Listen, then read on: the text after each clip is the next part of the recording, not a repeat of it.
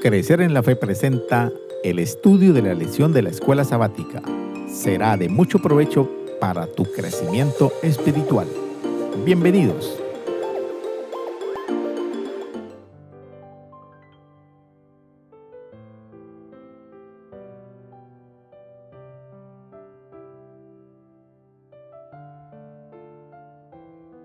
Algunos personajes bíblicos del Antiguo Testamento que fueron llamados a la misión y que fueron obedientes, podemos mencionar los siguientes. Primero, Abraham. Segundo, Isaac. Tercero, Jacob. Cuarto, Moisés. Y muchos otros más.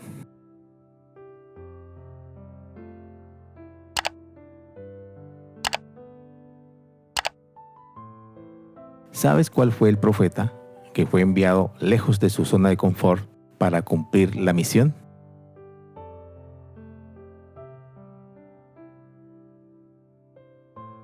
Fue el profeta Jonás. El nombre Jonás proviene del hebreo Yonab, que significa paloma.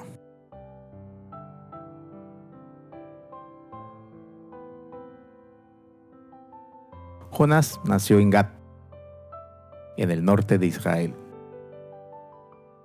a solo pocos kilómetros de Nazaret.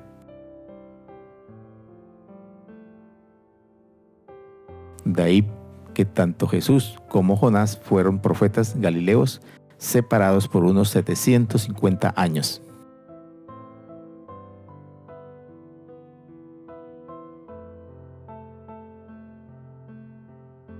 Jonás fue el único profeta del Antiguo Testamento que fue llamado para ser misionero en un país extranjero, llamado Asiria. Dios lo llamó para que pregonara contra Nínive, su capital. La ciudad de Nínive está situada en la actual Irak.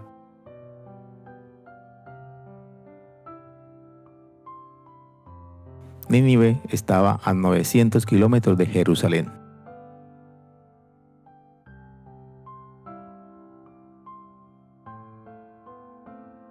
Jonás es el personaje bíblico del Antiguo Testamento que fue llamado a la misión y que no fue obediente.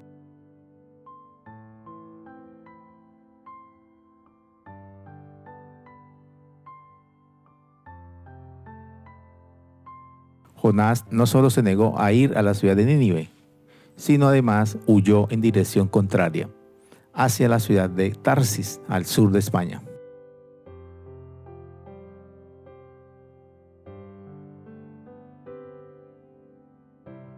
¿Sabes cuántos kilómetros hay aproximadamente entre el puerto de Jope y la ciudad de Tarsis? Hay 3.200 kilómetros. Navegar los 3.200 kilómetros de viaje le habría llevado al menos un mes, dependiendo también del tiempo climático.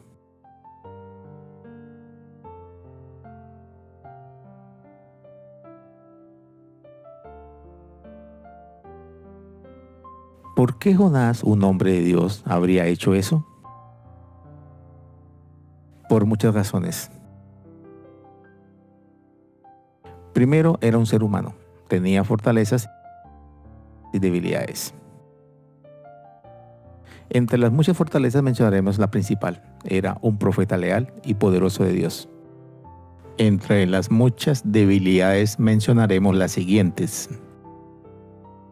Primero, era testarudo. Segundo, era rebelde. Tercero, era miedoso. Y cuarto, era de visión egoísta y vengativa.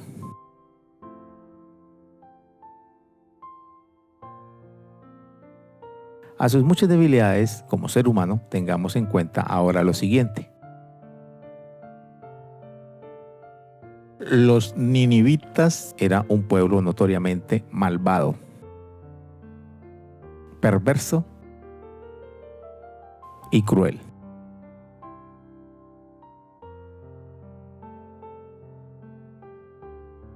Dios llamó a Jonás para que fuera a Nínive a predicar contra su gran maldad.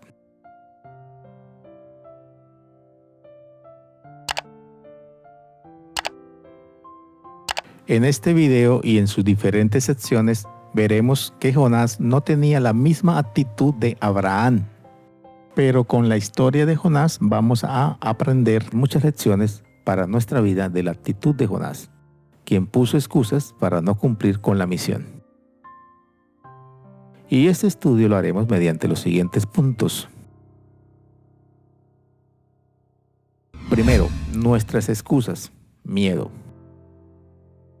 Segundo, nuestras excusas, conceptos falsos.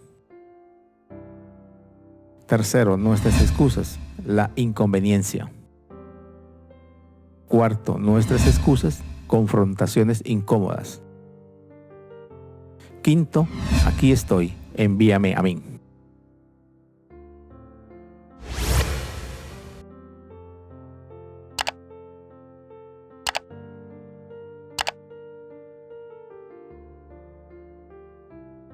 Nuestras excusas, miedo.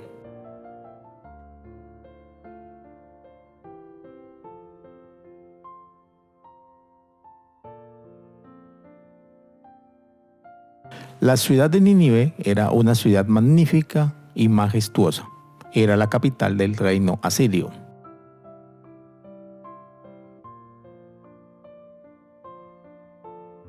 Ubicada en la confluencia entre la orilla oriental del río Tigris y el río Kos.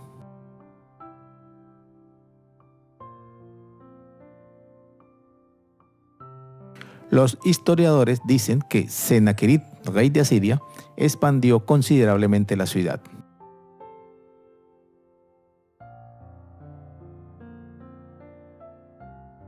La ciudad poseía, primero, un enorme palacio decorado con relieves de piedra.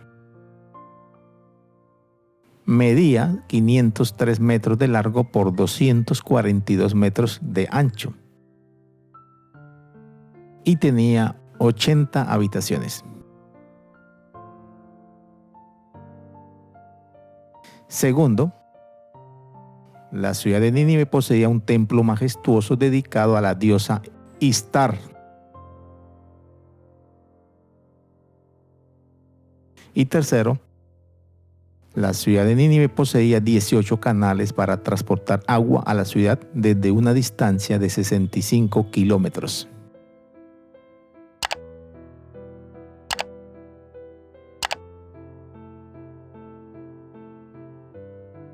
El pensamiento inspirado dice sobre la ciudad de Nínive lo siguiente: entre las ciudades del mundo antiguo, mientras Israel estaba dividido, una de las mayores era Nínive, capital del reino asirio.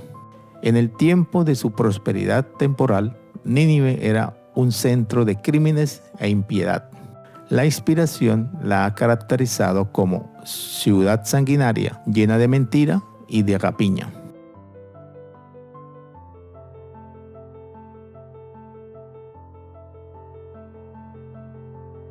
Una de las razones por las que Jonás no quería ir a la ciudad de Nínive era el miedo a los asirios.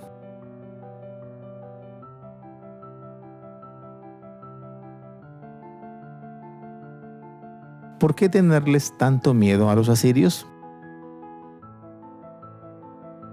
Los asirios que vivían en la ciudad de Nínive eran malvados, perversos, crueles, despiadados. Usaban perros de guerra, empalaban a sus enemigos. Los asirios eran un enemigo temible para cualquier pueblo de ese tiempo. Los asirios, en sus conquistas de guerra, se jactaban de sus actos de crueldad.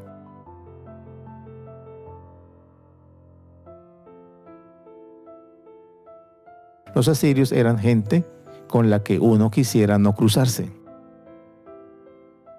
Para todo empleaban la violencia. Los asirios eran particularmente crueles con aquellos que no les caían bien.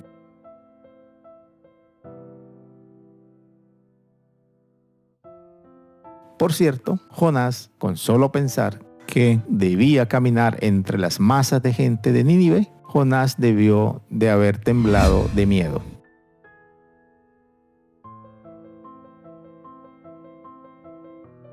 Jonás se dejó controlar por el miedo. Había suficientes razones para tenerlo y no querer cumplir la misión.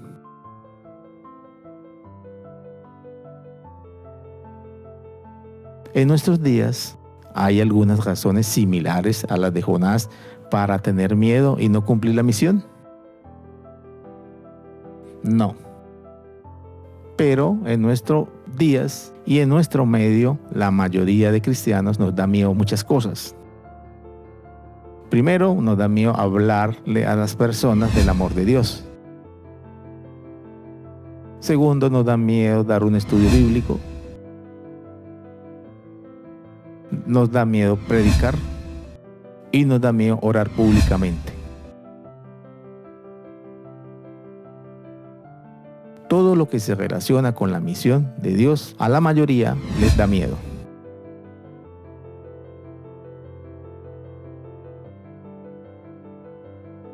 Recuerda, el miedo es una excusa para no cumplir la misión. No nos dejemos controlar por nuestros miedos, solo confiemos y dejémonos guiar por Dios. Aferrémonos hoy a esta promesa. No temas, porque yo estoy contigo, no desmayes, porque yo soy tu Dios, que te esfuerzo. Siempre te ayudaré, siempre te sustentaré con la diestra de mi justicia.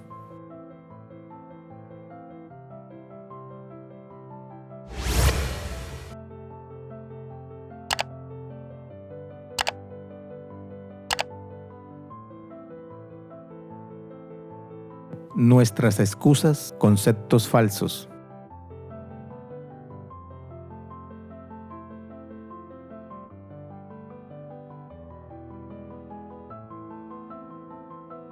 Ante el llamado de Dios de cumplir con la misión, la Biblia registra dos posibles posturas: los que obedecen, los que sacan excusas para no obedecer.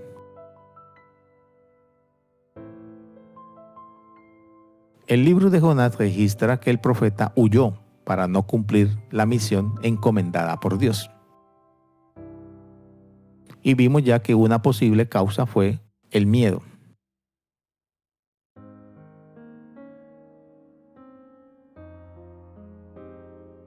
Y Jonás se levantó para huir de la presencia de Jehová a Tarsis, y descendió a Jope y halló una nave que partía para Tarsis.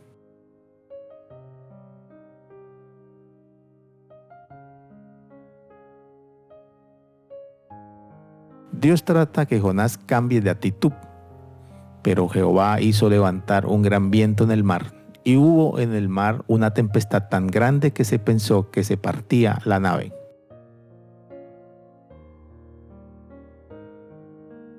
Cuando llegó la tormenta, Jonás asumió su culpa. ¿Te has preguntado, como cristiano, por qué llegan tantas tormentas a nuestras vidas?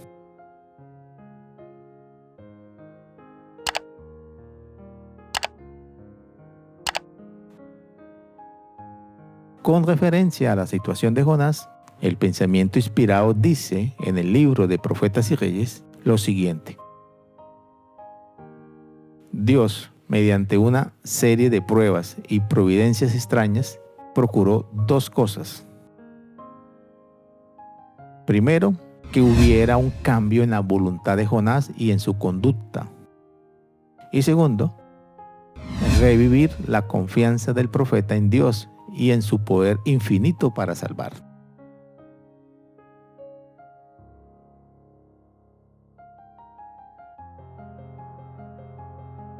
Los habitantes de ese tiempo histórico tenían la siguiente cosmovisión acerca de Dios o acerca de los dioses. La primera cosmovisión, la inmensa mayoría, creían que habían varios dioses que gobernaban sobre la tierra. La segunda cosmovisión creían que el mar era el reino caótico de los demonios. Y la tercera, creían que los sacrificios, incluyendo los sacrificios de seres humanos, apaciguaban la ira de los dioses.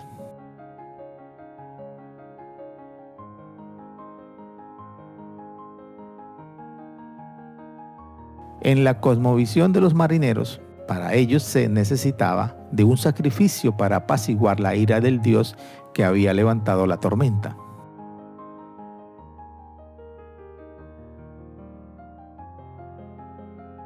Pero surge ahora una pregunta. ¿Crees que Jonás, siendo hebreo y profeta del Dios verdadero, tenía la misma cosmovisión de los marineros? No. No, pero es muy posible que tuviera una cosmovisión influenciada por las creencias tradicionales de su época. Lo podemos ver cuando Jonás expresó: tomadme y echadme al mar, y el mar se os aquietará. Su sacrificio apaciguaría la ira de Dios.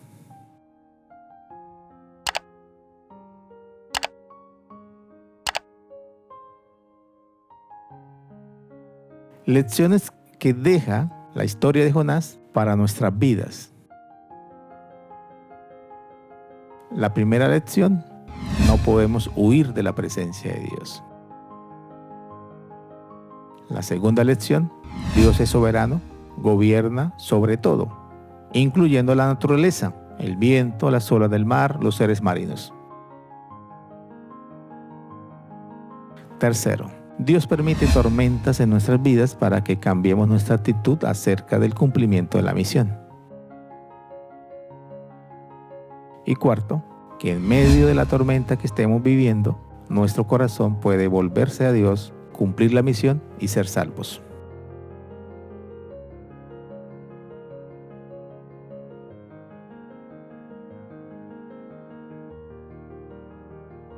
Nosotros también podemos tener una cosmovisión errada, en este caso acerca del plan de salvación.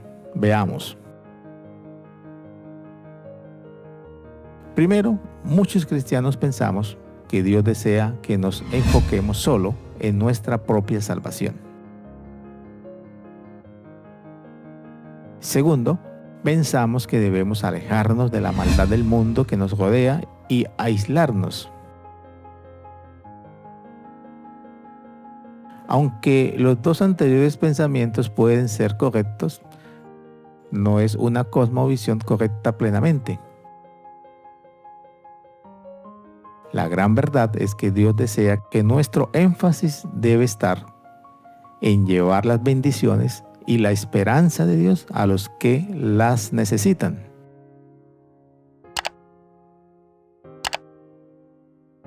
Un tercer ejemplo de una cosmovisión errada es que pensamos que el éxito misionero depende de nosotros mismos, depende de nuestras capacidades y de nuestros conocimientos bíblicos.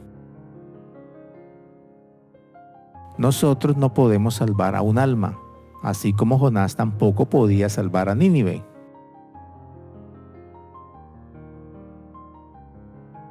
El éxito misionero depende plenamente de la obra del Espíritu Santo y no de nuestras capacidades.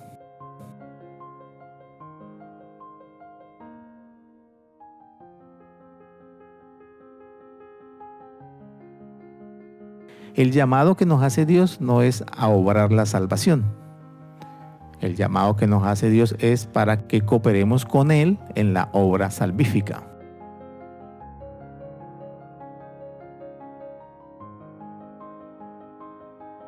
Recuerda que la salvación, de principio a fin, la obra solo Dios. Nosotros solo podemos plantar semillas de verdad, pero solo Dios puede convertir el corazón.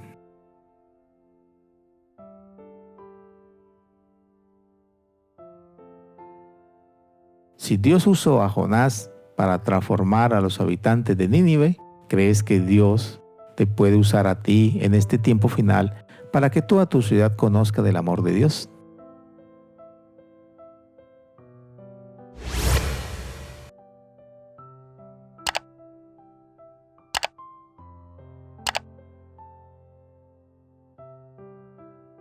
nuestras excusas, la inconveniencia.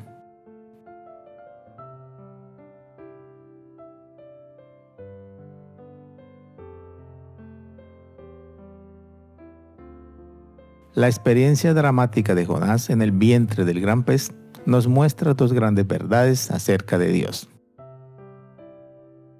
La primera nos muestra el amor de Dios y su misericordia. Y la segunda gran verdad muestra un Dios de oportunidades.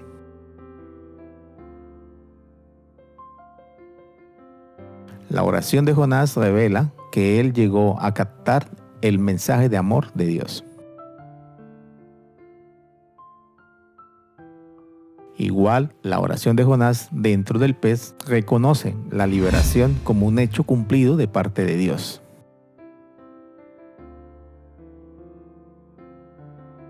La oración de Jonás nos enseña que cuando los hijos de Dios están en necesidad, tienen el precioso privilegio de recurrir a Él en procura de ayuda.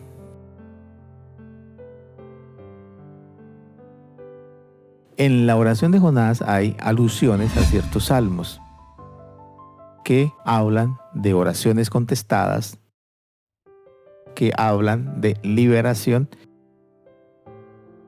y de fe vigorosa.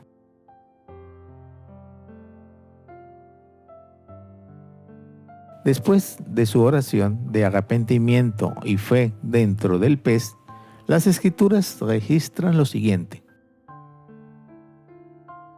Y mandó Jehová al pez y vomitó a Jonás en tierra.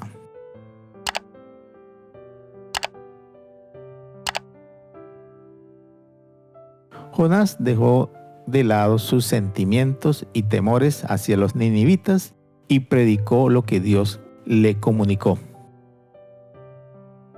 Y estando ya en tierra, Jonás inicia su misión.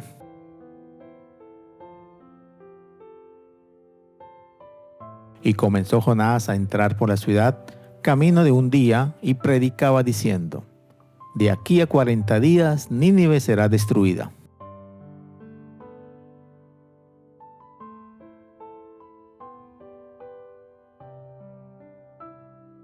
¿Cómo respondió la gente a la predicación de Jonás? Y los hombres de Nínive creyeron a Dios y proclamaron ayuno y se vistieron de cilicio desde el mayor hasta el menor de ellos.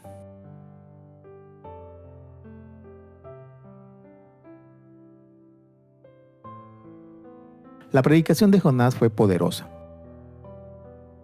Los resultados fueron asombrosos. Los ninivitas se arrepintieron.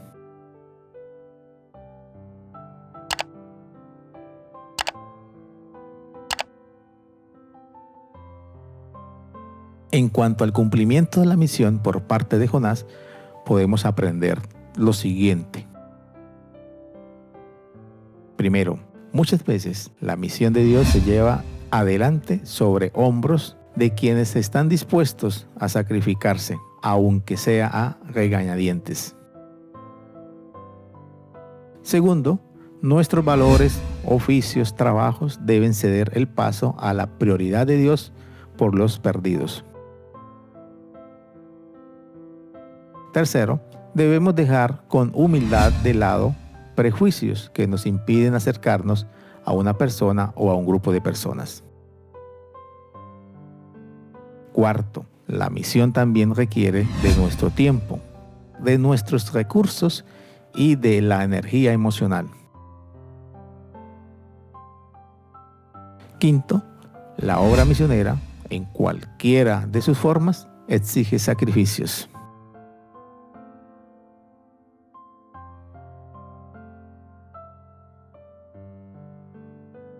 Lo bueno es que, a pesar de las deficiencias de Jonás, Dios obró poderosamente para que los ninivitas se arrepintieran y se salvaran.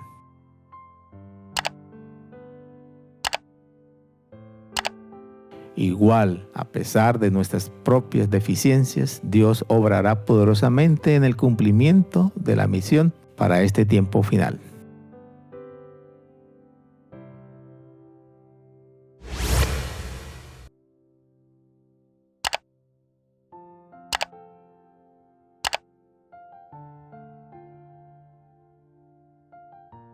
nuestras excusas, confrontaciones incómodas.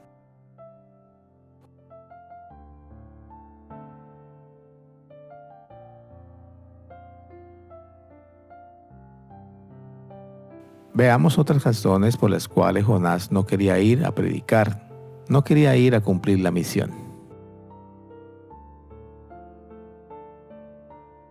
Al leer Jonás 4:2, podemos decir que otra razón por la cual Jonás huyó a Tarsis era que el profeta Jonás conocía solo en teoría a Dios y no experimentalmente.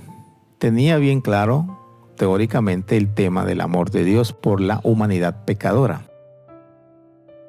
Porque sabía yo que tú eres Dios clemente y piadoso, tardo en enojarte y de grande misericordia, y que te arrepientes del mal. Decimos que Jonás conocía teóricamente a Dios y no en una forma vivencial, porque cuando Dios decide salvar a Nínive, Jonás no está de acuerdo. Segundo, Jonás sentía un odio tan profundo por los ninivitas que pensó que era mejor morir que quedar mal cuando se revelara el fracaso de su predicación catastrofista contra Nínive. Es decir, Jonás quería que Nínive fuera la próxima Sodoma y Gomorra. Esperaba el juicio de Dios sobre este pueblo odiado.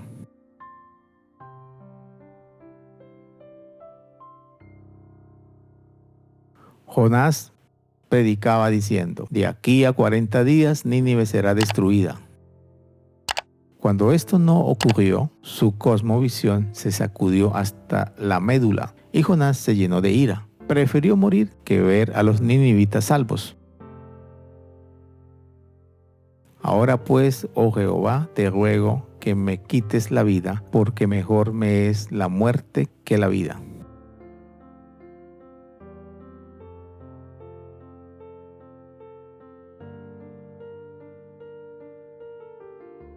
Fue necesario que por segunda vez en la historia de Jonás Dios lo confrontara. Y Jehová le dijo: ¿haces tú bien en enojarte tanto? Dios lo confrontaba no con un sermón ni un dicho, sino con una experiencia. La experiencia de la calabacera.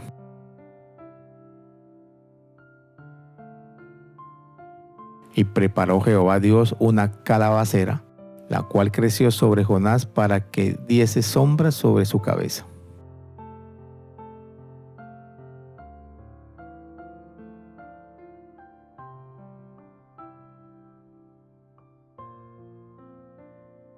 La nueva experiencia que Dios le dio tenía la intención de ayudar a Jonás a reconocer que tenía una visión distorsionada de tres cosas. Primero, del plan de salvación. Segundo, de la gracia de Dios. Y tercero, de la misericordia divina.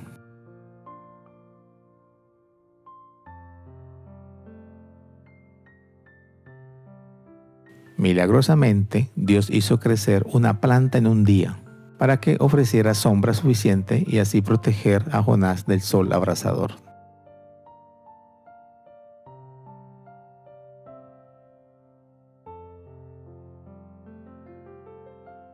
Jonás estaba agradecido con la planta que creció y le dio sombra.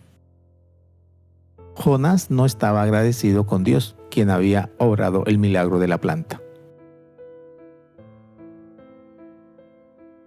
Jonás, en lugar de verlo como un milagro inmerecido, lo consideró una bendición apropiada y merecida como consecuencia de sus buenas obras.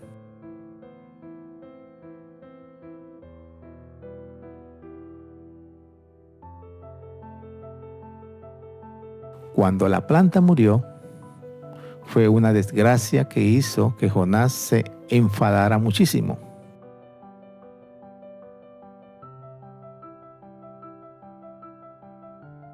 Ante esta actitud negativa del profeta, Dios dijo: Tuviste tu lástima de la calabacera, en la cual no trabajaste, ni tú la hiciste crecer. Y no tendré yo piedad de Nínive, aquella gran ciudad donde hay más de 120,000 personas que no saben discernir.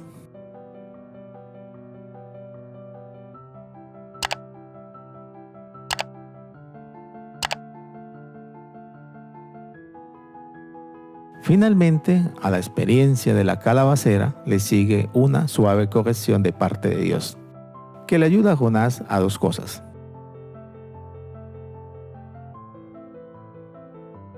Primero, le ayuda a ver lo insensato que era de su parte valorar más una planta que muchos de miles de hombres, mujeres y niños de Nínive.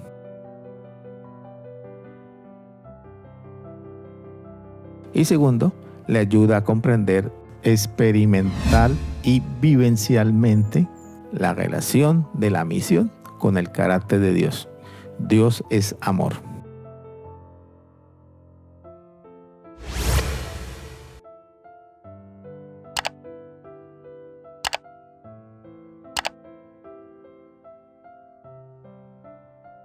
Aquí estoy, envíame a mí.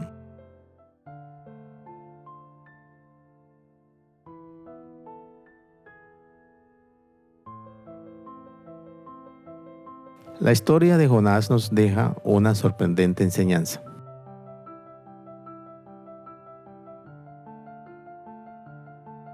Esta enseñanza implica 5 lecciones para nuestra vida cristiana.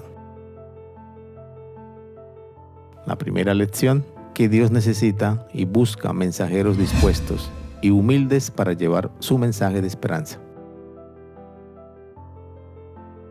La segunda lección nos revela el amor de Dios por la humanidad, especialmente por quienes no le conocen. La tercera lección, que hay esperanza de salvación para las grandes ciudades de hoy día. Así como Dios se apiadó de Nínive, también se apiada de los millones de habitantes de las ciudades modernas de nuestra época. La cuarta lección, que el ser humano es solo un canal de bendición de Dios. Y la quinta, que Dios es el único que puede convencer y convertir el corazón humano. Estas 5 lecciones que se extraen de la historia de Jonás se ven sustentadas en el hecho de que Dios pudiera salvar a los ninivitas a pesar del pobre testimonio de Jonás.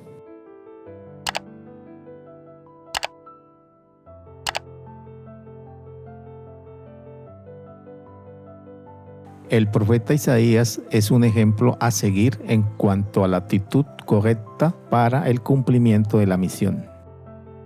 El profeta Isaías dice: después oí la voz del Señor que decía: ¿a quién enviaré y quién irá por nosotros? Entonces respondí yo: heme aquí, envíame a mí. El verbo enviar proviene del hebreo shalab, significa enviar lejos. La respuesta de Isaías fue inmediata, dispuesto a servir, a cumplir la misión que Dios le iba a encomendar.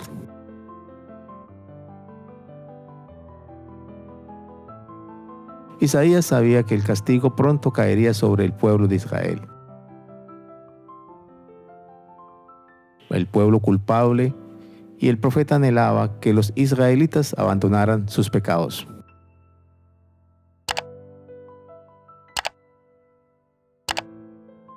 A partir de entonces, la única tarea de Isaías sería la de llevar el mensaje divino de amonestación y de esperanza para Israel.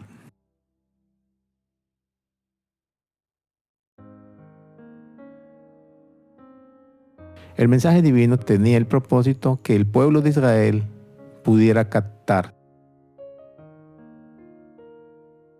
primero, el amor inmenso de Dios, y segundo, la santidad de Dios.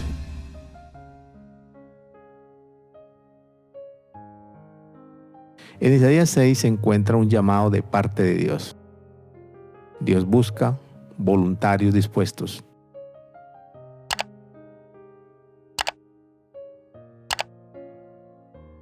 Debemos responder al llamado de Dios haciendo 3 cosas. Primero, sometiéndonos. Segundo, escuchándolo atentamente. Y tercero, obedeciendo en todo.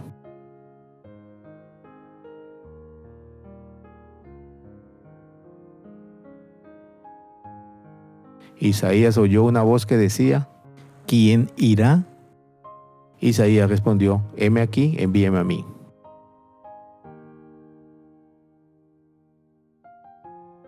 ¿Cuál será tu respuesta hoy al llamado que te hace Dios?